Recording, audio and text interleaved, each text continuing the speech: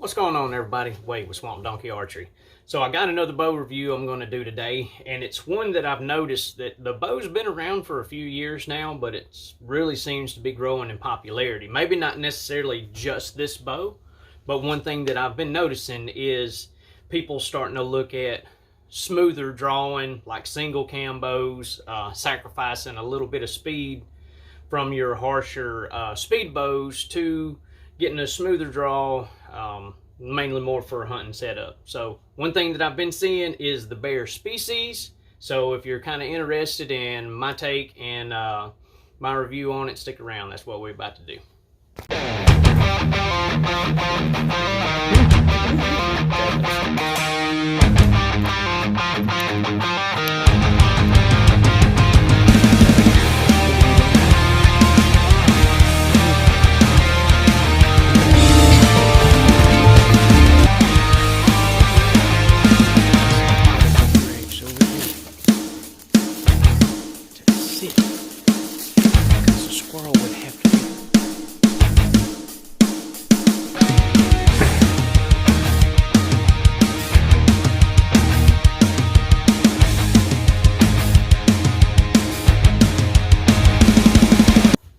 So the bear species, I think this bow come out in like 2016, 2017. Can't remember for sure, but I know that they really seem to be growing a lot in popularity.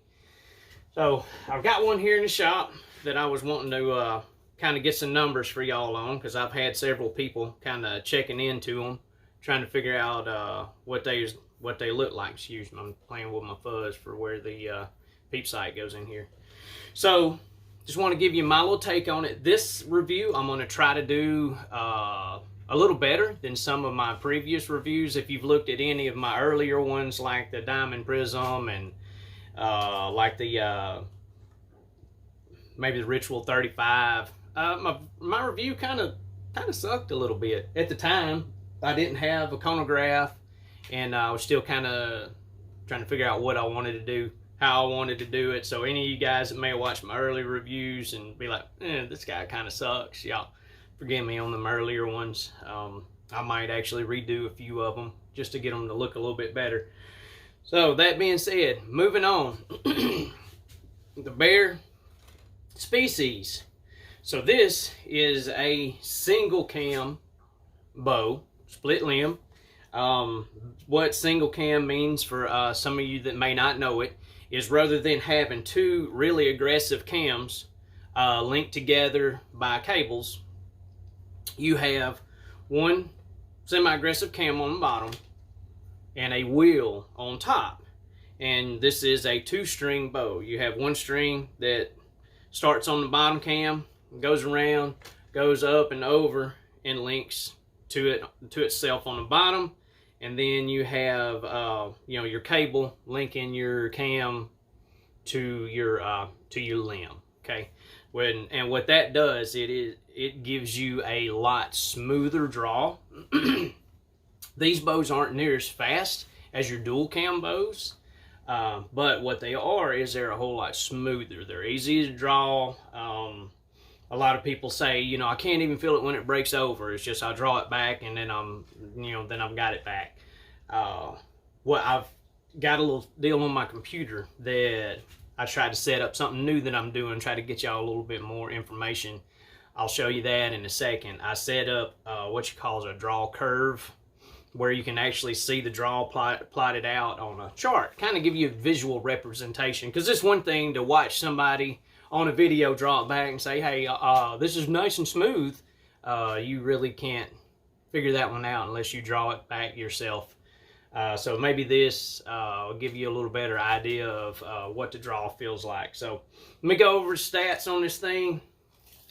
So we're going to see what our axle to axle is on this. Give me a second and I'll measure it, because I don't want to just be spouting stats out off a piece of paper. Okay, so this is a 31 axle to axle bow. Brace height on this is going to be around 7 inches, if I remember right. Yeah, it's like 6 3/4 inches. So you're still looking at a fairly short axle to axle bow with a longer brace height. It's going to be a little more forgiving. Most of these that I've been seeing is coming in the RTH package, which means ready to hunt. Comes with, most of the time it's got like a little whisker biscuit or something on it. I've upgraded the rest.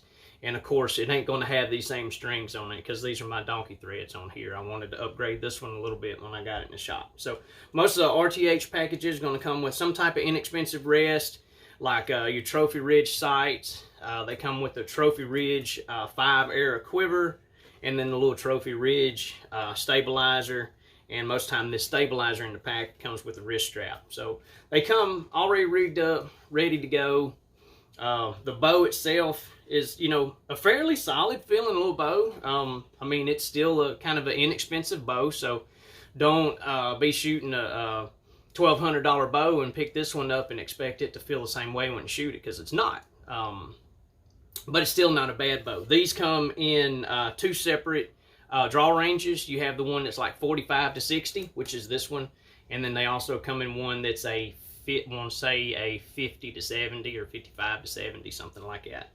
The one that I just happened to get was the 60 pound max range. Let me try to remember what the mass weight on this thing is. It might be on the tag here. Let's see. Okay, so it's 4.3 pounds with nothing on it. So it's fairly light bow.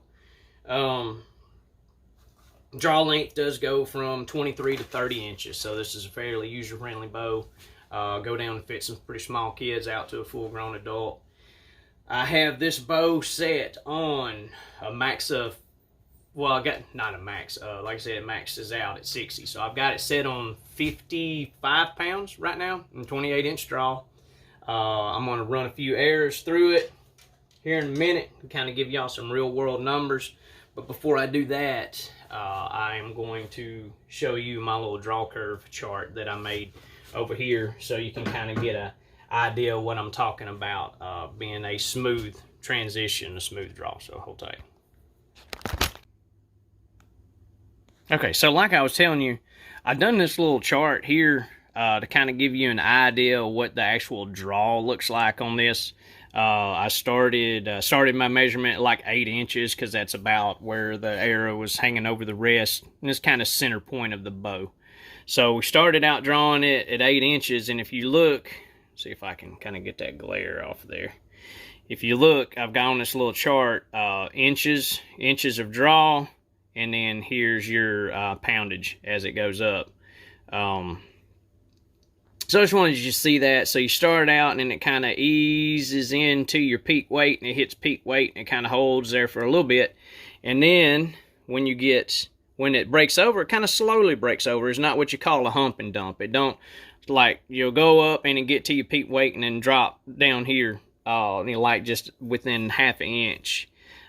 This is where the single cam kind of gets its smoothness from. So it just kind of eases into the peak weight, hangs onto it, then it slowly breaks over.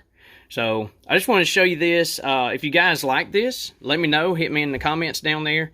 If you'd like to see how specific bows look compared to each other's, I can do what I got in the shop.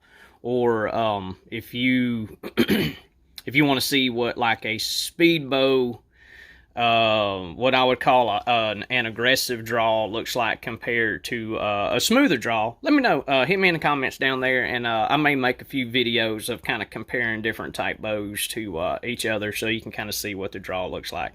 So that being said, now we're fixing to get to the good stuff. Alright, so now for the good stuff. So like I said, bow set on about 56 pounds. 28-inch draw. We're going to do 3 different arrows. I got the lightest one, being this gold tip airstrike. It's going to be 375. Then we have the little Easton Carbon Zenith at like 401. And then this Carbon Express Mayhem at like 430. So I'm going to give y'all some numbers from all 3 of those. Now I should be able to get y'all a little better numbers, because I finally got the correct light to go with my chronograph and actually have everything working the way it's supposed to. So, alright, here's the first one. 375 lighter arrow.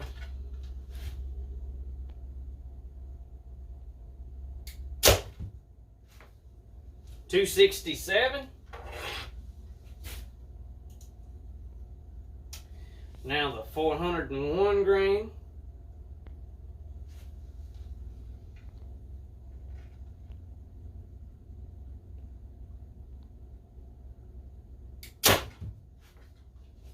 $2.59, and now the 430. Reason I dipped it up and looked at it because I got wrote on the veins.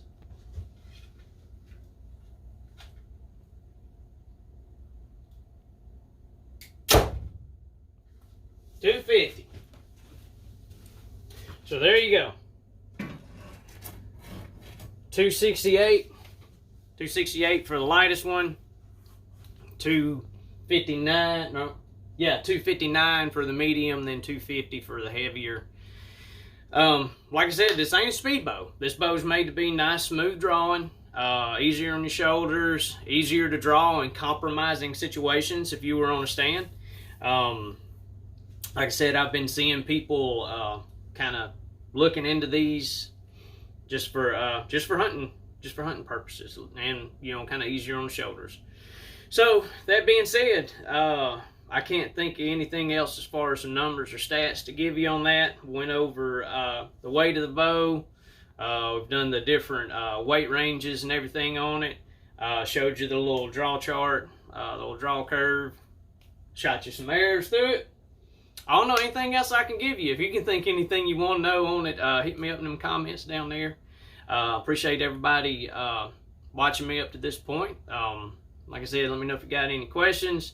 Any other views you get or bows you get coming in, I'm going to try to do some more some reviews on them. I've got one coming a little bit later this week that I'm really excited. At least I hope it comes in this week. I'm really excited to get it in because it's going to be my new personal bow, and it's going to be freaking awesome. So, guess that's it.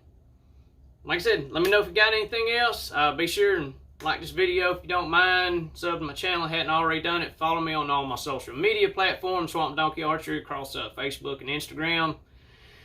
Hit me up on, or look me up on my website, swampdonkeyarchery.com. Till the next one, y'all have a good one. It's Wade with Swamp Donkey Archery.